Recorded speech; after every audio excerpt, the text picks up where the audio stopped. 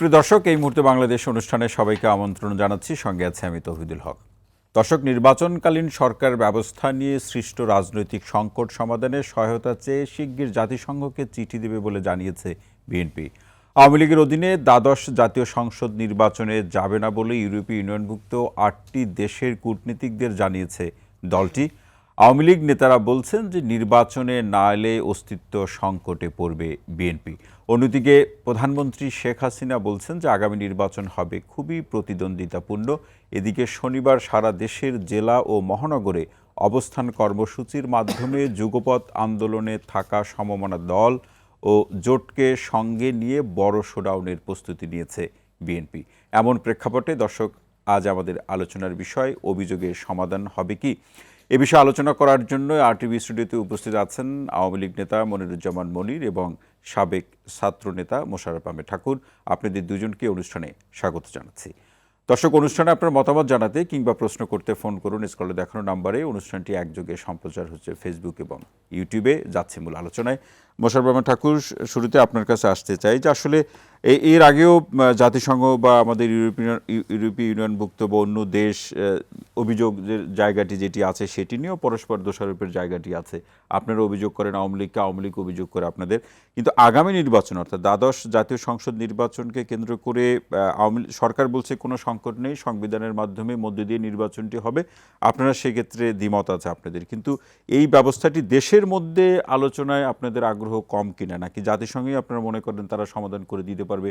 সর্বশেষ নির্বাচন কমিশনের পক্ষ থেকে যে সংলাপ বা আলোচনার জন্য আহ্বান জানানো হচ্ছে সেটিও কিন্তু বিএনপি অনাগ্রহ বা অনাগ্রহ দেখিয়েছে। আরটিভির জনপ্রিয় টক শো এই মুহূর্তে বাংলাদেশের দর্শক শ্রোতা, উপস্থাপক, ধন্যবাদ অপরবিজ্ঞ আলোচক মনিরুজ্জামান মনির। জি,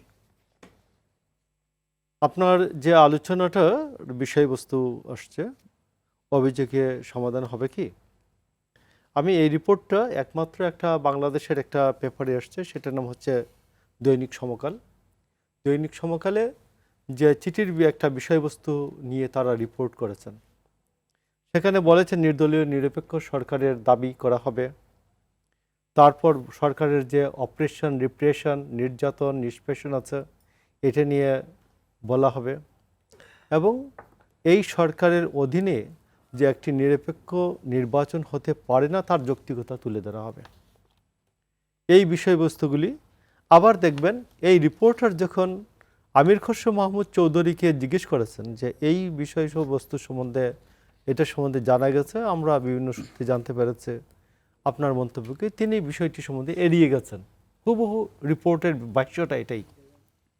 তো আমি মনে করি যে এড়িয়ে যাওয়া আলাদা করে কোনো কিছু অর্থ বহন করে কিনা? আমি মনে করি যে এখনো যে এইটার জন্য যে ম্যাচিউরড একটা অবস্থা, যে একটা চিঠি যাওয়ার পরে যেমন প্রতিটা লাইন টু লাইন আমরা আলোচনা করতে পারি, এটার পক্ষে বিপক্ষে সমস্ত কিছু, কিন্তু একটা স্কুপ নিউজের কে বেস করে যে আলোচনা করব, আমি মনে করি যে এটা একটু টাফ, আমি বেশ টাফ।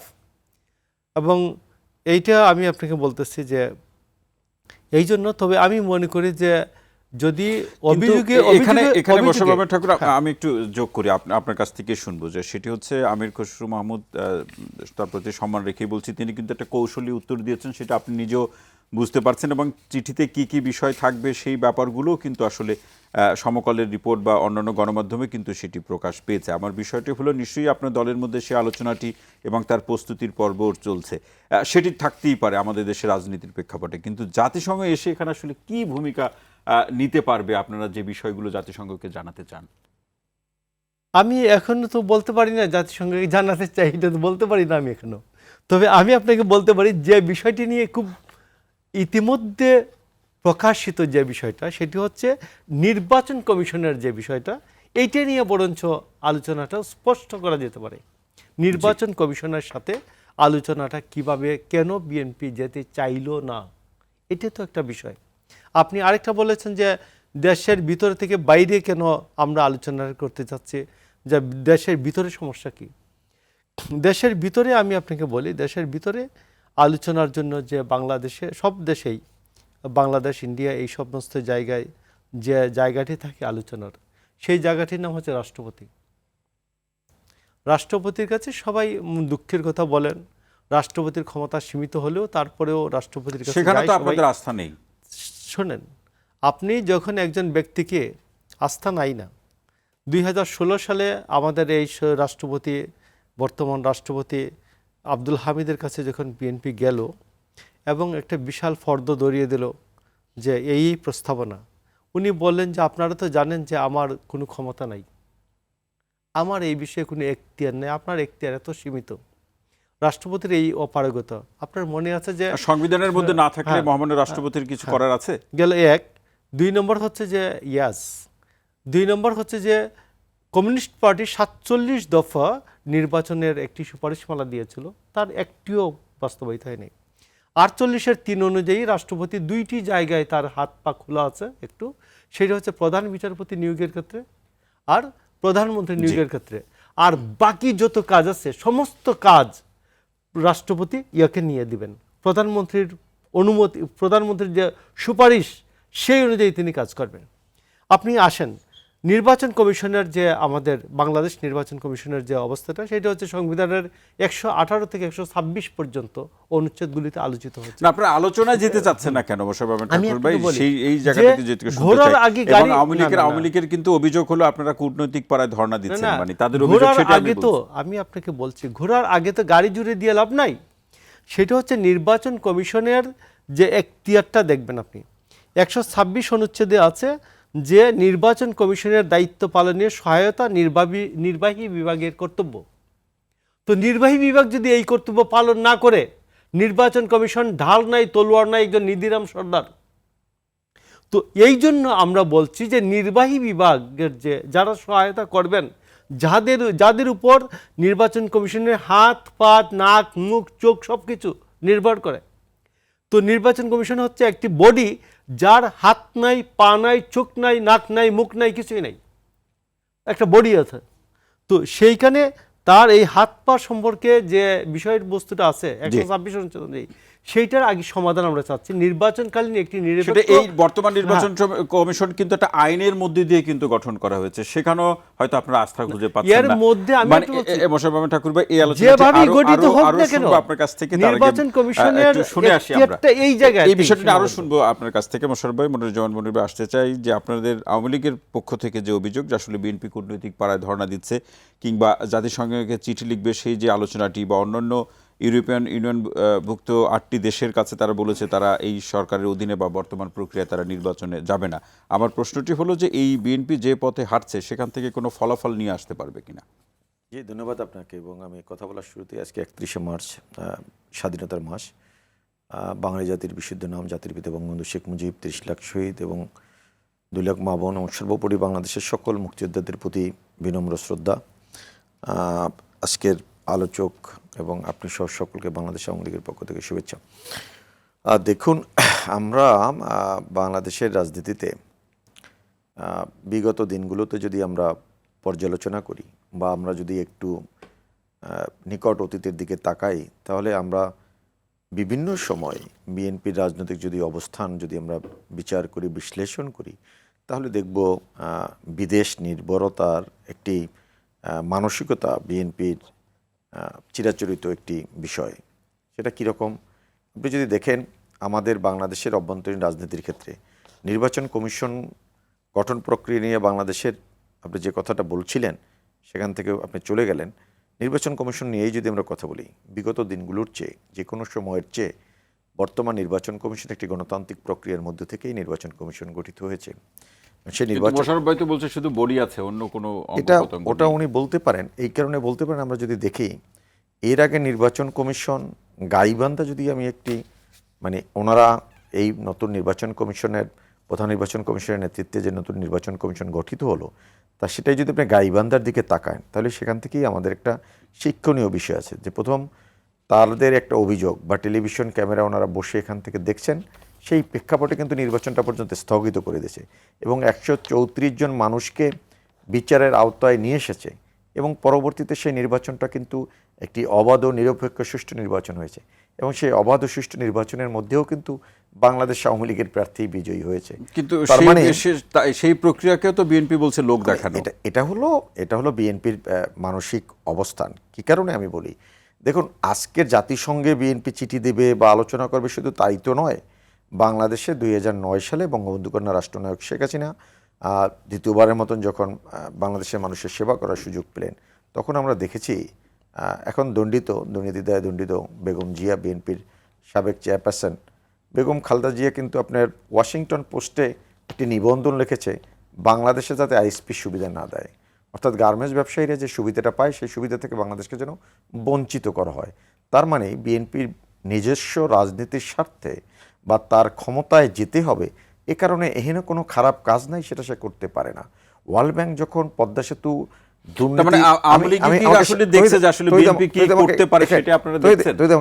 শেষ করতে দেন, এখানে আমাদের আসলে কথা যখন আমরা টকশোতে বলি মেসেজগুলো যায় না তো জাতির কাছে, তখন পদ্মা সেতু যখন হলো, তখন পদ্মা সেতুর একটি মিথ্যা অপবাদ যখন ওয়ার্ল্ড ব্যাংক দিল, তখন ওই দেশে দায়িত্বশীল দল হিসেবে বিএনপির কি দেখলাম সেদিন, ওই ওয়ার্ল্ড ব্যাংকের সাথে সাথে ওনারা খুব ফালাচ্ছিলেন, খুব লাপাচ্ছিলেন, কিন্তু দিনের শেষে প্রমাণিত হলো কানাডিয়ান আদালত থেকে যে ওয়ার্ল্ড ব্যাংক যেটা বলছে এটা মিথ্যা অপবাদ ছিল, ওখানে পদ্মা সেতু কোনো রকমের দুর্নীতি হয় নাই।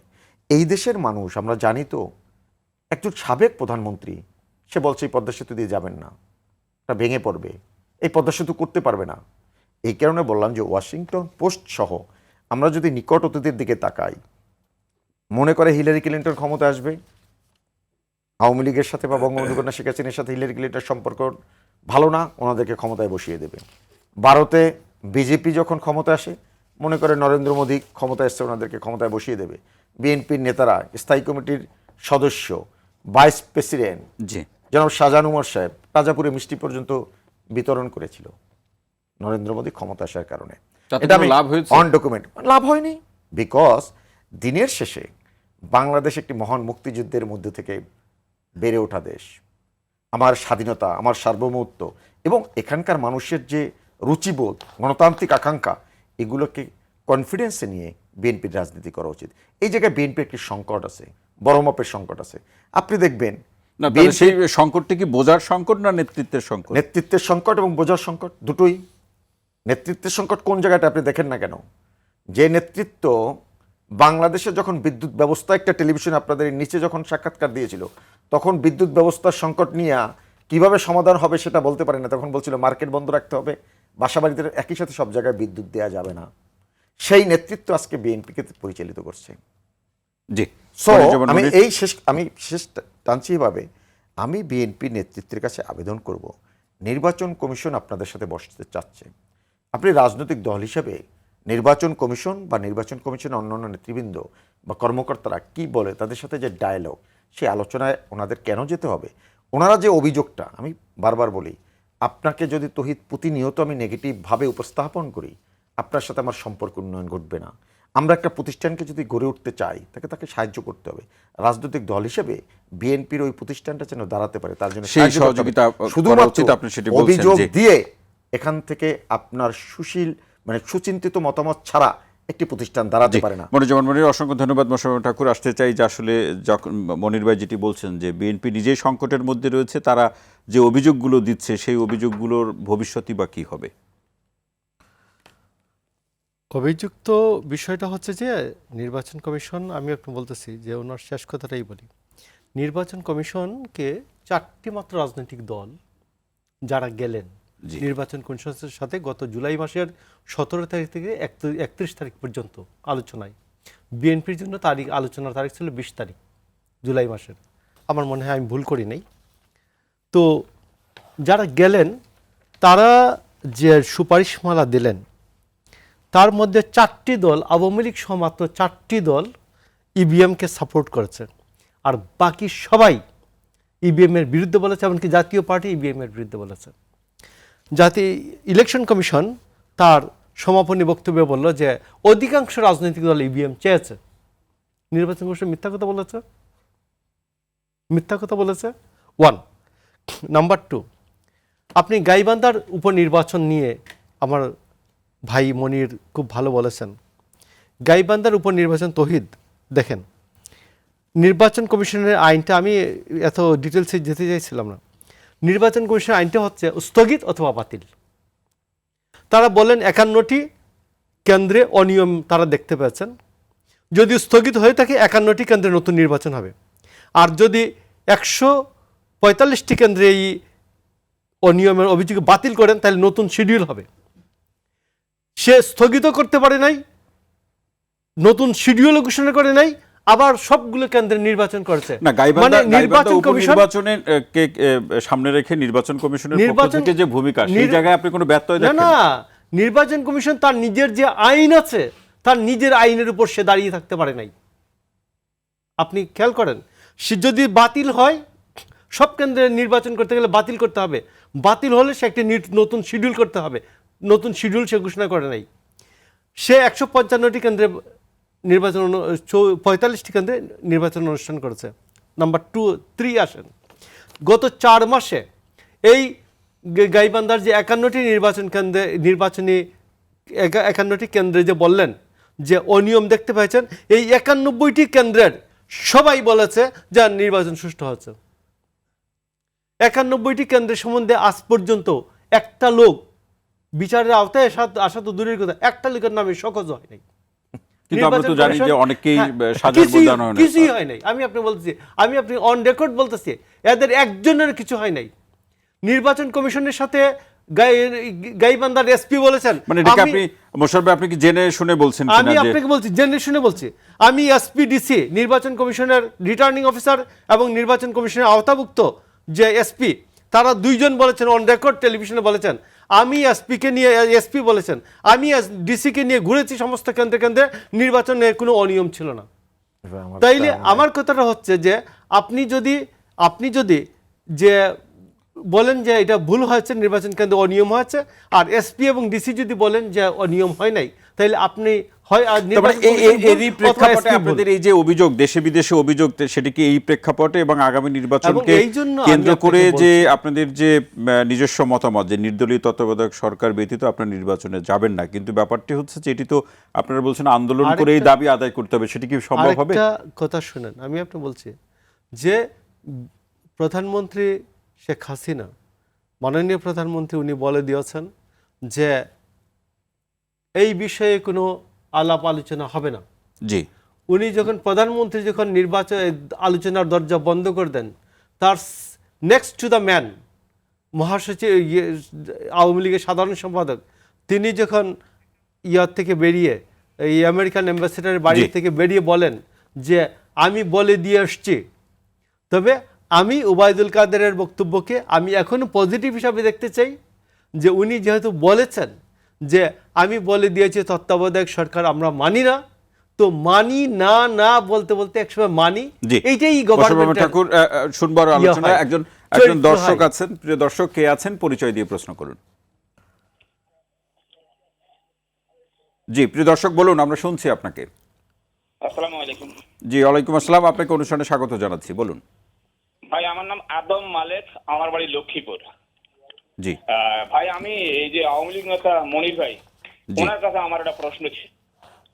বলুন। ভাই, আমার প্রশ্নটা হলো এটা, এখানে আমি আলোচনায় দেখতে পাচ্ছি বিএনপি নেতাকে প্রশ্ন করা হয়েছে নালিশে কোনো সমাধান আসবে কিনা, জাতিসংঘে দেওয়াটা কতটুকু উচিত অনুচিত প্রয়োজনীয়। আমার একটা প্রশ্ন হলো এটা, পূর্ববর্তী নির্বাচনে আমরা দেখেছি ভারতের পররাষ্ট্র সচিব সুজাতা সিং, একজন পররাষ্ট্র সচিব বাংলাদেশে আসতে আমাদের প্রেসিডেন্ট এরশাদকে বলছিল নির্বাচনে অংশ নেই।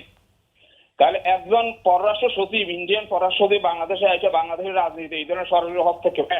দ্বিতীয় কথা হলো এটা, গেল 22 সালের আগস্টে পররাষ্ট্রমন্ত্রী আব্দুল মোমেন ইন্ডিয়া গেলেন এবং সেখানে এক মিটিং এ বলছিলেন ভারত সরকারকে অনুরোধ করছি শেখ হাসিনার সরকারকে টিকিয়ে রাখতে সহযোগিতা করুন।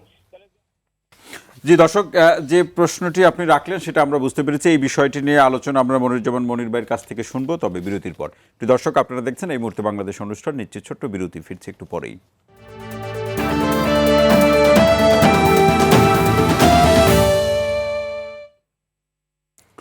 দর্শক, বিরতির পর আবারও স্বাগত। এই মুহূর্তে বাংলাদেশ অনুষ্ঠানে সঙ্গে আছে আমি তৌহিদুল হক। আজকের আলোচনার বিষয়, অভিযোগে সমাধান হবে। যে প্রশ্নটি মনিরুজ্জামান মনির ভাই দর্শক রাখলেন, সেই বিষয়ে আপনার কি বক্তব্য? না, আমি দর্শকের কথার সাথে তার সেন্টিমেন্টের সাথে আমি একমত পোষণ করি। প্রথমত, একটি স্বাধীন সার্বভৌম বাংলাদেশে অন্য একটি দেশের পররাষ্ট্রমন্ত্রী বা যে কেউ এরকমের নির্বাচনে আসা বা না আসার ক্ষেত্রে সেটা আমাদের মানসিকতার দিক থেকে এটাকে আমি ওন করি না। কিন্তু প্রশ্নটা হলো হুসেইন মোহাম্মদের সাথে সাথে সেই দেশের কি সম্পর্ক সেটাও ভাবতে হবে, বুঝতে হবে। একটা দেশের একটা রাজনৈতিক দলের সাবেক প্রেসিডেন্ট হিসেবে তার সাথে ভারতের যে ওই ঘনিষ্ঠতা, ওই সম্পর্ক যদি থেকে থাকে সেটা তাদের নিজস্ব বিষয়। সেটা বরঞ্চ এরশাদ সাহেবই তৎকালীন সময় জাতির সামনে ক্লিয়ার করেছে। আর আব্দুল মোমেন সাহেবের যে বিষয়টা বলছেন পররাষ্ট্রমন্ত্রী, এটা অনাকাঙ্ক্ষিত এবং দুঃখজনক। কারণ বাংলাদেশে আপনি যদি সর্বশেষ গত 2-1 দিন আগের পত্রিকা মার্কিন যুক্তরাষ্ট্রে ব্লুমবার্গের যে সাময়িকী, সেখানে কি উঠে এসেছে, করোনাকালীন সহ আজকের গ্লোবালি গোটা দুনিয়ায় যে একটি হাহাকার অর্থনৈতিক ক্রাইসিস, সেই জায়গাটায় বঙ্গবন্ধু কন্যা রাষ্ট্রনায়ক শেখ হাসিনার যে সাহসী এবং যুগোপযোগী সিদ্ধান্তের কারণে বাংলাদেশ অর্থনৈতিকভাবে একটি মানে সঠিক ধারায় তার নেতৃত্বে এগিয়ে যাচ্ছে। সে কারণে ব্লুমবার্গ কি বলছে যে শেখ হাসিনা চতুর্থবারের মতন বাংলাদেশের প্রধানমন্ত্রী হতে যাচ্ছেন। তার মানে আমাদের যে এই আস্থাটি কি বিরোধী অবস্থানে যে দলগুলো আছে তাদের মধ্যেও তো থাকা প্রয়োজন, তাদের মধ্যে তো সেটি নেই। সেটা নাই, সেটা তাদের বিষয়। আমি এই কারণে বলছি যে বাংলাদেশের রাজনীতিতে ন্যূনতম আমরা যারা রাজনীতি করি অন্তত মাটি, মানুষ এবং দেশকে সামনে রেখে আমাদের কথা বলা উচিত। বিএনপি নেতৃত্বের মধ্যে আমি শ্রদ্ধা রেখেই বলছি মোশাররফ ভাইকে, যারা এদেশে বিএনপির ইলেকশন করবে, আমি একদম অন এয়ার বলছি, বাংলাদেশে বিএনপির যে সমস্ত নির্বাচনমুখী যে সমস্ত এমপি হতে চান বা যারা এমপি প্রার্থী, তাদের কতটুকু বিচরণ আছে স্ব নির্বাচনী এলাকায় সেটা দেখি না। এটা আমি এই কারণেই বলছি, তার মানে তারা চায় কোনো না কোনোভাবে কোনো একটা প্রক্রিয়ার মধ্যে থেকে একটি অশুভ পন্থা অবলম্বন করে বিএনপি ক্ষমতায় যেতে চায়। অপেক্ষা এরকমের একটা নেতিবাচক। দেখুন, আমি প্রায়শই বলি 74-এ একবার বাসন্তীর শাড়ি পরে বাংলাদেশে 15ই আগস্ট ঘটানোর পিছনে এক শ্রেণীর মানুষ কাজ করেছিল, স্বাধীনতা বিরোধীরা। তৎকালীন প্রেক্ষাপটে সম্ভব হয়েছিল। তখন আপনার ইন্টারনেট দুনিয়ায় আমরা ছিলাম না। আজকের দুনিয়া অনেক ফাস্ট। আমি কি বলি, এটা ওই মার্কিন যুক্তরাষ্ট্রে ক্যালিফোর্নিয়া বসেও একটা মানুষ তার মাধ্যমে দেখার সুযোগ আছে। তো সেই কারণে বাংলাদেশের অনেক পত্র পত্রিকা যারা বিভিন্ন সময় বাংলাদেশের অর্জনকে ভিন্ন খাতে প্রবাহিত করার জন্য বাংলাদেশের শেখ হাসিনার ইতিবাচক নেতৃত্ব, যে নেতৃত্ব নিয়ে গোটা দুনিয়াতে আমরা গর্ববোধ করতে পারি, সেইখানে যারা চ্যালেঞ্জ করে বাংলাদেশকে ভিন্ন দিকে একটি ষড়যন্ত্র করে আবার নতুন কিছু করবেন, সেই সুযোগ আর বাংলাদেশে নেই। আমি আসি, উনি ইভিএম নিয়ে বলছেন। উনি রাজনৈতিক দল হিসেবে বাংলাদেশে 39টি নিবন্ধিত রাজনৈতিক দল, 39টি রাজনৈতিক দলের 27টি রাজনৈতিক দল নির্বাচন কমিশনের সাথে আলোচনা করেছেন। নির্বাচন কমিশনে ইভিএম সম্পর্কে আওয়ামী লীগ সহ 4টা দল বলেছে, কিন্তু কখনো কোনো সময় বলে নাই যে সমস্ত দল ইভিএম চেয়েছে। ইভিএমের যে বাস্তবতা, সেই বাস্তবতা যদি আপনি ইভিএম না চান, সেটা নির্বাচন কমিশনে আলোচনা করেই বলেন আপনার এনাদার কি প্রস্তাব থাকতে পারে। এটাই হওয়া উচিত একটি গণতান্ত্রিক অ্যাটিটিউড। সেই গণতান্ত্রিক অ্যাটিটিউডের জায়গায় বিএনপি নেই। কারণ বিএনপির জন্ম, বেড়ে ওঠা, আবির্ভাব আজকে পর্যন্ত যদি আপনি দেখেন কোন ক্রাইটেরিয়ায়, আপনি যদি একটি গণতান্ত্রিক প্রক্রিয়া আপনি দাবি করছেন, আপনি গণতান্ত্রিক দল, আপনি আন্দোলন করছেন গণতন্ত্রের জন্য, কিন্তু আপনার দলের মধ্যে গণতন্ত্রের বিন্দু মাত্র লেশ মাত্র নেই। একটা মানুষকে আপনি দলের ভারপ্রাপ্ত চেয়ারপারসন করছেন, সে কোথায় থাকে? সে বিভিন্ন মামলায় ইতিমধ্যেই তার নামে সাজা হয়েছে, সে একজন ফেরারি আসামি, সে অন্য দেশে আছেন। সেই লোককে যখন আপনি দলের ভারপ্রাপ্ত চেয়ারপারসন করেন, তার মধ্যে আপনি কী গণতান্ত্রিক? সাতের কদারা দুর্নীতির যারা কেউ জড়িত থাকবে তাকে রাখতে পারবে না। বেগম খালেদা যে দণ্ডিত হওয়ার পর সেই সাতের কদারা যখন তুলে নেয়, তার মধ্যে আমরা বুঝতে পারি ওই দলটা কতটুকু গণতান্ত্রিক। আপনি যদি ব্যক্তি হিসাবে গণতান্ত্রিক হতে হবে, দল হিসেবে গণতান্ত্রিক হতে হবে। যেটি মনির ভাই তারা আলোচনা উল্লেখ করলেন যে বিএনপি একটা অশুভ ইঙ্গিত, অথবা তার আমি প্রশ্নটি ছিল যে অপেক্ষায় আছেন কিনা আপনারা, যে কোনো শক্তি অথবা কোনো ইতিবাচক সাড়া আসবে, এরকম কোনো কিছুর অপেক্ষায় আছে কিনা বিএনপি? আমি এটা বলতে বলতে হয়রান হয়ে গেলাম। আওয়ামী লীগ এই পর্যন্ত বাংলাদেশের 6টি অসাংবিধানিক ট্রানজিশনের সাথে জড়িত। 6টি অসাংবিধানিক ট্রানজিশনের সাথে জড়িত। ট্রানজিশনের বাংলাটা কি বলবেন আপনি? হস্তান্তর। আচ্ছা, যাই, অসাংবিধানিক ট্রানজিশনের সাথে জড়িত, পরিবর্তনের সাথে, অসাংবিধানিক পরিবর্তনের সাথে জড়িত। 2007 সালে ওনার নেত্রী, আমি সেই দিনে বলেছি কয়েকদিন আগে, ওনার নেত্রী বলেছেন যে এটা এই মঈনুদ্দিন ফখরুদ্দিনের সরকার আমার আন্দোলনের ফসল। 1, এরা যাহা করিবে এদের সমস্ত কিছুর বৈধতা আমি দেব। 2, 96 সালে জেনারেল নাসিম, সেনাপ্রধান নাসিমের একটা কু হয়, সেইটা নাসিমের 1.5 মাস পরে তারা ক্ষমতায় আসেন, তারা নাসিমের কেশাগ্র স্পর্শ করেন নাই। 86 সালে জামাত এবং আওয়ামী লীগ 2 দল নির্বাচন করে এরশাদকে বৈধতা দিয়েছে। 82 সালের 24শে মার্চ এরশাদ ক্ষমতায় আসার পরে আওয়ামী লীগ নেত্রী, তৎকালীন নেত্রী সন্ধ্যায় তিনি বলেছিলেন যে আই এম নট আনহ্যাপি, বিবিসির কাছে, বিবিসির শ্যামল লুদের কাছে। 1975-এর 3রা নভেম্বর খালেদ মুশারফের 4 দিনের শাসনকে আওয়ামী লীগ নিয়ে কিছুই কথা বলে না, বরঞ্চ খালেদ মুশারফের ভাই রাশেদ মুশারফকে তারা করেছেন, মন্ত্রী বানিয়েছেন। খালেদ মুশারফের মেয়েকে তারা মন্ত্রী, এমপি বানিয়েছেন।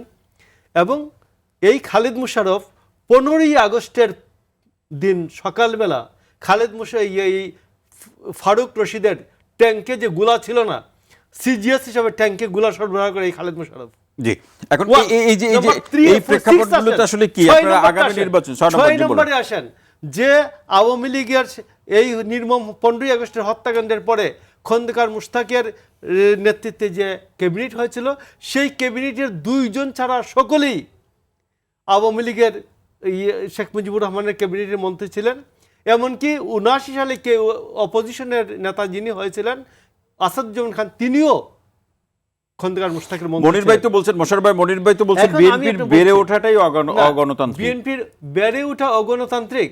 পৃথিবীর বহু জায়গায় George Washington, he was a colonel, Charles de Gaulle, he was a general of ফ্রান্সের জেনারেল, তারপর চার্চিল, এরা সবাই বহু নেতৃত্ব, পৃথিবীর বহু নেতৃত্ব, কর্নেল নাসের কি বলে মিশরের, ইজিপ্টের। জি। তো পৃথিবীর বহু সেনানায়করা পৃথিবীর বহু মুক্তির দূত হিসাবে কাজ করেছেন, এটা কোনো সমস্যা তাহলে না। আপনারা যেটি আওয়ামী লীগের অভিযোগ বা নির্বাচন বিশ্লেষকদের যে বিষয় বক্তব্য ছিল, নির্বাচনটাই আপনারা ফেস করতে পারছেন না কেন? কেন নির্বাচন কোনো সময় ফেয়ার নির্বাচন হলে বিএনপি কখনোই হারে নেই। আপনি 91 সালের নির্বাচনে ওনার নেত্রী 3টা আসনে দাঁড়িয়েছিলেন, উনি গিয়ে বলেছেন, জগন্নাথ কলেজে গিয়ে বলেছেন কোথাকার কোন খোকাবাবু দাঁড়িয়েছে, ওকে কি যে ওকে ওর সম্বন্ধে আমার মন্তব্য করতে হবে? বিকালে দেখা গেল খোকার সাথে হেরেছেন। তেজগাঁও এসে বলেছেন কোথাকার মেজর না মাইনর, ওর সম্বন্ধে বলতে হবে? উনি বিকালে দেখা গেল মেজর মান্নানের সাথে হেরে বসে আছেন। শুধুমাত্র গোপালগঞ্জের টুঙ্গিপাড়ায় হারছেন, কাশিয়া নিতে জিতেছেন। এবং আমি আপনি বলছি যে বেগম খালেদা জিয়া জীবনে যতবার নির্বাচন করেছেন উনি কোনো আসনে কোনোদিন হারেন নাই। তো আগামী নির্বাচনে এই আপনাদের জন্য আমি আপনাকে অংশ বলছি নেওয়া উচিত। আগামী নির্বাচনে তো ওনারা এখানে লাল ঘোড়া দাবড়িয়ে বসে আছেন, সাজুয়া যান চড়িয়ে দেন মানুষের উপর, সময় নেই। তো এই জন্য আমি আপনাকে বলছি যে এই জন্য বিএনপি নির্বাচনকালীন নিরপেক্ষ সরকার যতক্ষণ না হবে ততক্ষণ পর্যন্ত জনগণকে নিয়ে আপনারা আন্দোলন চালিয়ে যাবেন। আবার এক শেষ মন্তব্যের জন্য মোশাররফ ভাই শেষ মন্তব্য শোনার জন্য আবার ফিরবে। মনিরুজ্জামান মনির ভাই, কি প্রথমত বলবেন? একজন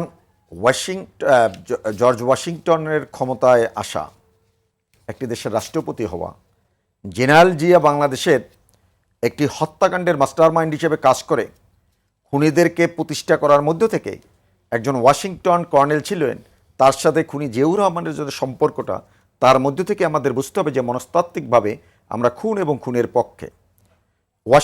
জর্জ ওয়াশিংটনের রাষ্ট্র ক্ষমতা আসীন হওয়া আর জেনারেল জিয়ার ক্ষমতায় আসীন হওয়ার কিন্তু বিএনপি তো বলে যে বহুদলীয় গণতন্ত্র এবং দেশকে সেই সময় হাল ধরেছে বহুদলীয় গণতন্ত্রের জিয়াউর রহমান।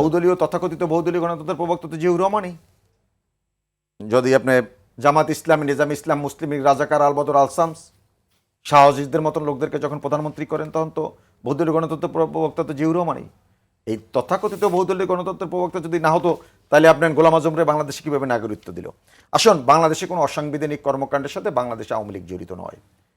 আমরা বাংলাদেশে মাটি ও মানুষের অধিকার আদায়ের জন্য বাংলাদেশে আওয়ামী লীগের জন্ম হয়েছে। কোনো অসাংবিধানিক প্রক্রিয়ার মধ্যে থেকে একটি প্রক্রিয়ার সাথে আমরা জড়িত না। 1986 সাল বেগম খালেদা জিয়ার 150 আসনে ইলেকশন করার কথা ছিল, মাননীয় প্রধানমন্ত্রীর 150 আসনের সাথে ইলেকশন করার কথা ছিল। সেদিন বেগম খালেদা জিয়া আসেননি নির্বাচনে। এবং বাংলাদেশের যে 111 ঘটেছে, সেই 111 ঘটেছে মিস্টার মোশাররফদের ভুল রাজনীতির কারণে, ব্যাড ইন্টেনশনের জায়গায় দাঁড়িয়ে ব্যারিস্টার মওদুদ প্রয়াত 2 বছর সময় বাড়িয়ে সেদিন তত্ত্বাবধায়ক সরকারকে প্রশ্নবিদ্ধ করেছিল। বাংলাদেশ আওয়ামী লীগ সঠিক এবং গণতান্ত্রিক প্রক্রিয়ার মধ্যে আওয়ামী থেকে লীগের এখানেই ভয়। গণতান্ত্রিক প্রক্রিয়ার মধ্যে থেকে আন্দোলন করেই বাংলাদেশ আওয়ামী লীগ ক্ষমতায় এসেছে। বাংলাদেশ আওয়ামী লীগ 75 থেকে 90 দীর্ঘ 90 বছর খুনি স্বৈরশাসকের সাথ খুনি জিয়া তাদের বিরুদ্ধে আন্দোলন করে বাংলাদেশে গণতান্ত্রিক প্রক্রিয়া জি। আসার পরে একেবারে একমাত্র শেখ হাসিনা শেষ- 2001 সালে 1 অক্টোবর নির্বাচনে শেষ শান্তিপূর্ণভাবে লাইনটি আবার শুনবো মনির ভাই। ক্ষমতা হস্তান্তর আপনার কাছ করেছে। থেকে শুনবো, একেবারে শেষ লাইনটি কি থাকবে মোশাররফ ভাই? শেষ লাইনটি হচ্ছে বাংলাদেশে দেখবেন যে প্রেস ফ্রিডমের অবস্থা 152 ছিল 180টা দেশের মধ্যে, এটা 162তে গিয়েছে। আজকে প্রথম আলোর সাংবাদিক শামসকে গ্রেফতারের মধ্য দিয়ে প্রথম আলোর সম্পাদক মতিউর রহমান জি। এবং ওদের অতিরিক্ত সম্পাদক সাজ্জাদ শরীফ সহ অন্যান্য সাংবাদিকদের বিরুদ্ধে যে নির্যাতন নিবর্তনমূলক ব্যবস্থা, বিতর্কিত ডিজিটাল আইনে মামলা, এগুলো প্রত্যাহার করা উচিত। মানুষের উপর নিষ্পেষণ নিপীড়ন বন্ধ করা উচিত এবং বাংলাদেশে জি, একটি ধন্যবাদ, মোশাররফ সঠিক ঠাকুর, অসংখ্য নির্বাচনের ধন্যবাদ। মাধ্যমে মনির ভাই, সরকার দেখেন, প্রতিষ্ঠা যে শেষ হওয়ার করুন। সুযোগ করে দেওয়া উচিত। প্রেস ফ্রিডম নিয়ে যারা কথা বলে, হুমায়ুন কবির বালু সহ যারা সমস্ত প্রগতিশীল সাংবাদিকদের যারা হত্যা করেছিল 2001 সাল থেকে 2006 সাল পর্যন্ত, সেই দলের নেতারা যখন প্রেস ফ্রিডম নিয়ে কথা বলবে তখন বুঝতে হবে যে 10% খ্যাত হাওয়া ভবনের নেতৃত্বে দেশে যখন এই সাংবাদিক হত্যাকাণ্ড জি। 21 আগস্ট গ্রেট হামলা হয়, তারা যখন ফ্রিডম নিয়ে কথা বলে, তারা যখন আইনের শাসন নিয়ে কথা বলে, তারা যখন মানবাধিকার নিয়ে কথা বলে, বঙ্গবন্ধুর হত্যার বিচার করা যাবে না এই রকমের একটি ইডিমিডি অর্ডিন্যান্স 79 সালের জি, 26 মনির জুলাই জামান মনির। উনি জিয়াউর রহমান যখন সংসদে পাশ করে, তার মধ্যে থেকে বোঝা যায় জি। এরা কতটা মনির মানবাধিকার, জামান মনির এবং কতটা আইনের মোশাররফ শাসন, কতটা গণতন্ত্র মোশাররফ ঠাকুর, আপনাদের দুজনকে অসংখ্য ধন্যবাদ আজকের আলোচনা আমাদের সময় দেওয়ার জন্য। দর্শক, এই মুহূর্তে বাংলাদেশ অনুষ্ঠানটি আজ এ পর্যন্তই। সবাই ভালো থাকুন, সুস্থ থাকুন, থাকুন নিরাপদে। সঙ্গে থাকার জন্য অসংখ্য ধন্যবাদ।